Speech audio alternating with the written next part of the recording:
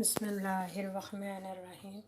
शुरू करते हैं अल्लाह के नाम से जो बड़ा मेहरबान है रहम वाला है। यहाँ मैं बनाने लगी हूँ कीमा और मटर। तो उसके लिए मैंने एक टमाटर काट के रखा है। दूसरा एक मैंने प्याज लिया है और यहाँ अदरक है और लहसुन है। तो चले आए बनाते हैं, फिर दिखाते हैं कैसे बनता है। तो यहाँ मैंने घी डाल लिया।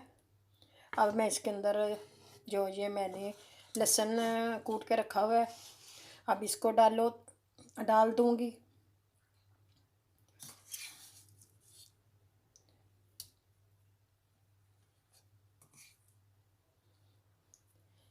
एक चम्मच